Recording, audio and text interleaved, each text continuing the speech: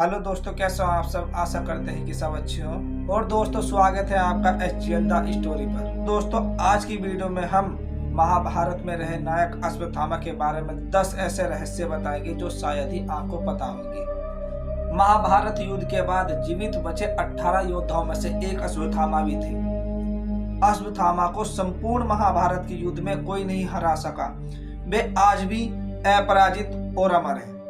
तो आओ जानते हैं अश्वत्थामा के जीवन से जुड़े 10 ऐसे रहस्य जिन रहस्यों को हर कोई जानना चाहता है। तो दोस्तों, कहानी की शुरुआत करते हैं। बने रहिए अश्वत्थामा की पूरी कहानी जानने के लिए। आशा करते हैं कि वीडियो आपको जरूर अच्छी लगेगी। सबसे जो पहले आता है वो आता है जन्म का रहस्य। अश्वत्थामा का जन्म भारद्वाज ऋषि के पुत्र द्रोण के घर हुआ था। उनकी माता ऋषि शरद्वान की पुत्री कृपि थी। द्रोणाचार्य का गोत्र अंगिरा था। तत्पश्चात द्रोण ने पितरों की आज्ञा से संतान प्राप्ति हेतु कृपि से विवाह किया। कृपि भी बहुत धार्मिक, सुशील और तपस्विनी थी। दोनों ही संपन्न परिवार से थे। जन्म लेते ही अश्वत्थामा ने अश्व के समान एक जोर से किलकार मारी जो सभी दिशाओं में गूंज चुकी थी। तब आकाशवाणी हुई कि इस बालक का नाम अश्वत्थामा होगा। अश्वत्थामा के जन्म के बाद द्रोण की आर्थिक स्थिति गिरती गई और उनके घर में खाने लायक भी कुछ नहीं बचा। विपदा आ गई थी और इस विपदा को दूर करने के लिए द्रोण परशुराम जी से विद्या प्राप्त करने उनके आश्रम गए। द्रोण आश्रम से लौटे तो घर में गाय तक ना थी। अन्य ऋषि कुमारों को दूध पीते देख अश्वत्थामा दूध के लिए रोता था। और एक दिन द्रोण ने देखा कि ऋषि कुमार चावल के आटे का घोल बनाकर अश्वत्थामा को पिला चुके थे और अबोध बालक अश्वत्थामा मैंने दूध पी लिया यह कहकर आनंदित हो रहे हैं। यह देख द्रोण स्वयं को धिक्कार उठे। इससे यह सिद्ध होता है कि अश्वत्थामा ने अपना जीवन जैसे तैसे खा पीकर व्यतीत किया। उनके घर में पीने को दूध तक नहीं होता था, लेकिन जब वे अपने मित्रों के बीच रहते थे तो वह झूठी कह देते थे कि मैंने दूध पी लिया। पिता ने जब बालक अश्वत्थामा की यह अवस्था देखी तो उन्होंने खुद को इसका दोषी माना और वे उसके लिए गाय की व्यवस्था करने हेतु धर्म युक्त स्थान पर जगह जगह भटकने लगे, परंतु उन्हें कोई भी गाय दान में नहीं मिली। और अंत में उन्होंने सोचा कि क्यों न अपने मित्र राजा द्रुपद के पास जाया जाए। और वे अपने पुत्र अश्वत्थामा के साथ राजा द्रुपद के दरबार में जा पहुंचे।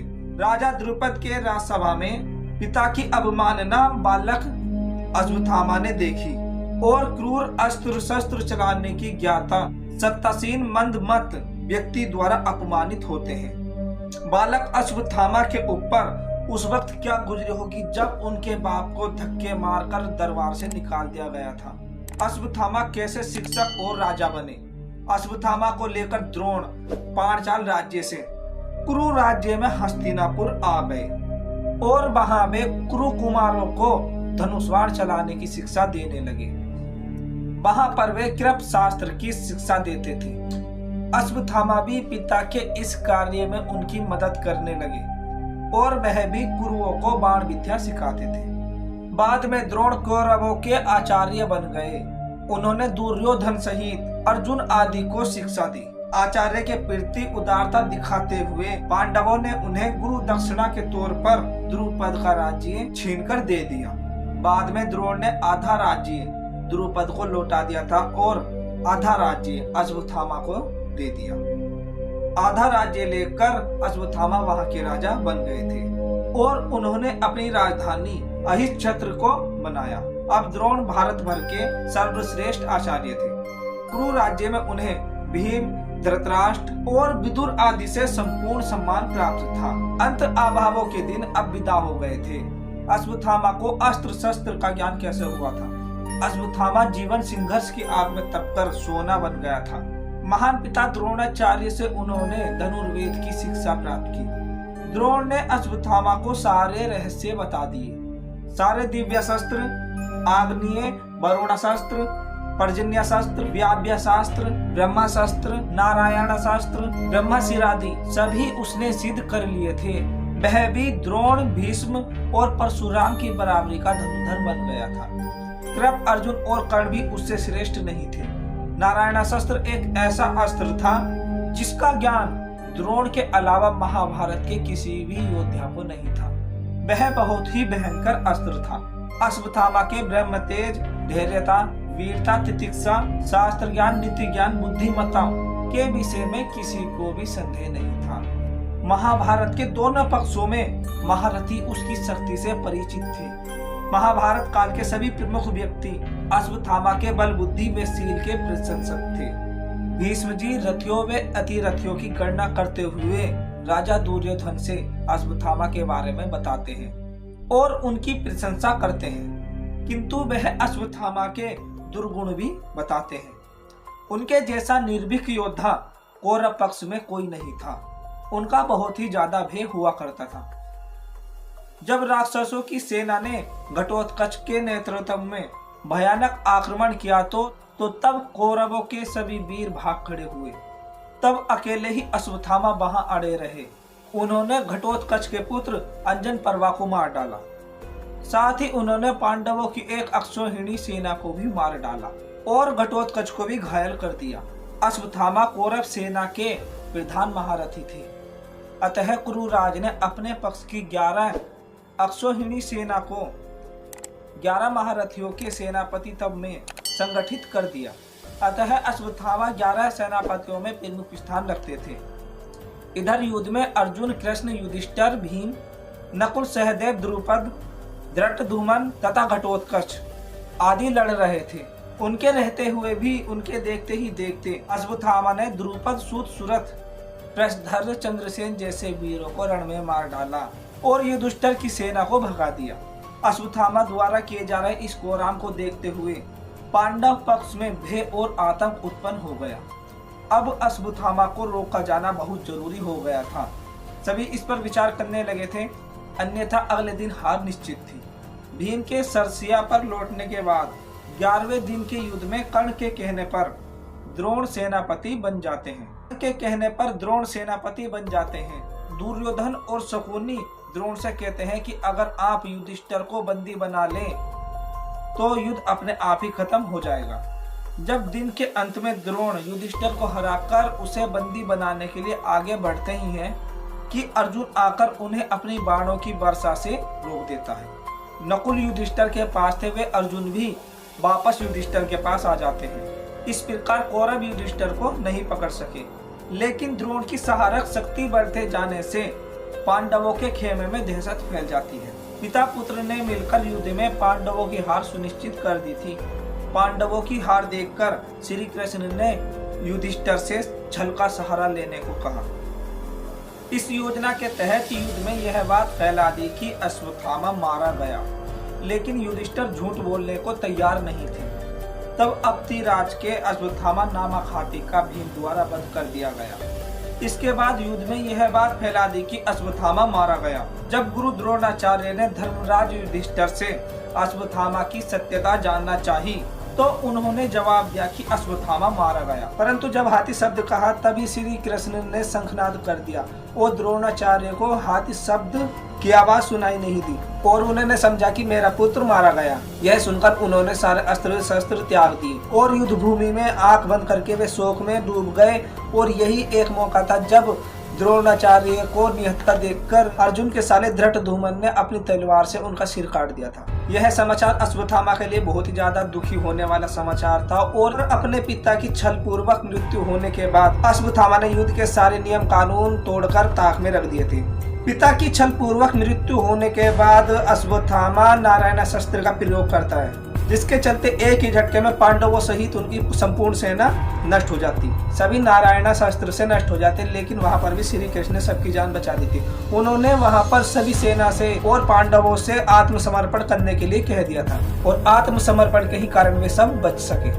जब सभी पांडव आत्मसमर्पण से बच जाते हैं तो अश्वत्थामा को नारायणास्त्र पर संदेह होने लगता है और तब अश्वत्थामा अर्जुन पर आग्नेयास्त्र का प्रयोग करता है, परंतु श्री कृष्ण के कारण अर्जुन फिर बच जाता है और यह देखकर अश्वत्थामा को काफी क्रोध आता है और वह अपना धनुष फेंक देता है और अपनी विद्या पर संदेह करने लगता है।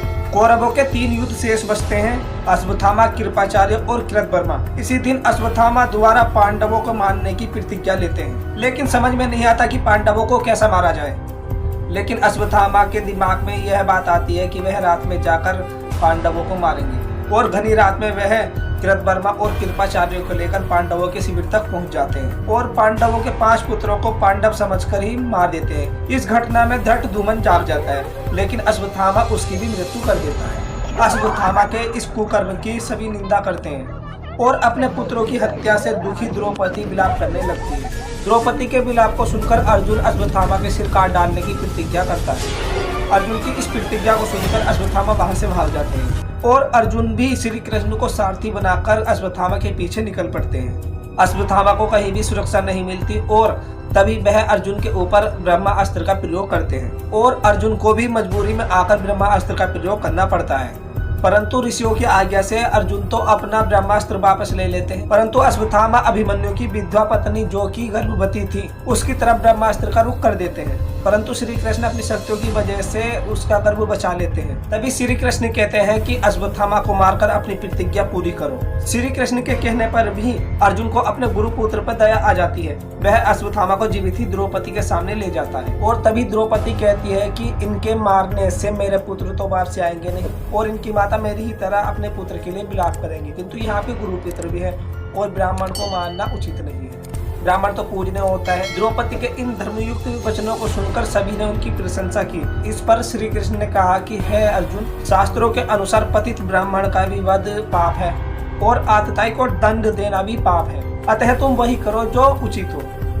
उनकी यह बात को सुनकर अर्जुन ने अश्वत्थामा के सिर के बाल काट डाले और उनके मस्तक से मणि भी निकाल ली। मणि निकल जाने के बाद अश्वत्थामा सिरहीन हो गए और बाद में श्री कृष्ण ने अश्वत्थामा को 6000 साल तक भटकने का श्राप दे दिया था। अतः अर्जुन ने अश्वत्थामा को उसी अपमानित अवस्था में शिविर से बाहर निकाल दिया। इस प्रकार हिंसा और अभिशाप में, क्रोध और निषाद में इस महान विद्वान और दूरदर्श वीर की कथा का समापन होता है। युधिष्ठिर ने भगवान श्री कृष्ण के सामने यह प्रश्न रखा कि अकेले ही अश्वत्थामा ने इतना बड़ा कांड कैसे कर दिया। कृप, हार्दिक्य तथा अश्वत्थामा द्रोणी तीनों ने महाविनाश कर यह संवाद दुर्योधन से कहा और फिर राजा धृतराष्ट्र को बताया और कहा कि हम 3 हैं और पांडव 5 हैं और कोई नहीं बचा। फिर वे तीनों दिशाओं में चले गए। कृप हस्तिनापुर गए, कृतवर्मा द्वारिका तथा द्रोणी अश्वत्थामा व्यास भोगने जंगल की ओर चले गए। आज भी भारत के जंगलों में अश्वत्थामा को देखे जाने की घटनाएं दर्ज होती रहती है। तो कभी मध्य प्रदेश के जंगलों में देखा गया, तो कभी उड़ीसा और कभी झारखंड के जंगलों में अश्वत्थामा आज भी जीवित है और यह कल्प के अंत तक जीवित रहेंगे। अश्वत्थामा द्रोणाचार्य के पुत्र थे। द्रोणाचार्य ने शिव को अपनी तपस्या से प्रसन्न करके उन्हीं के अंश से अश्वत्थामा नामक पुत्र को प्राप्त किया था। अश्वत्थामा के पास शिव जी द्वारा दी गई कई शक्तियां थी, वे स्वयं शिव के अंश थे। और दोस्तों, वीडियो कैसा लगा हमें कमेंट में जरूर बताएं और वीडियो अच्छा लगा हो तो वीडियो को ज्यादा से ज्यादा लाइक करना, चैनल को सब्सक्राइब करना और अपने दोस्तों के साथ शेयर करना। तो दोस्तों, आप लोगों से सभी से गुजारिश है कि मेरे चैनल को ज़्यादा से ज़्यादा सपोर्ट करें, ज़्यादा से ज़्यादा लाइक करें। Thank you.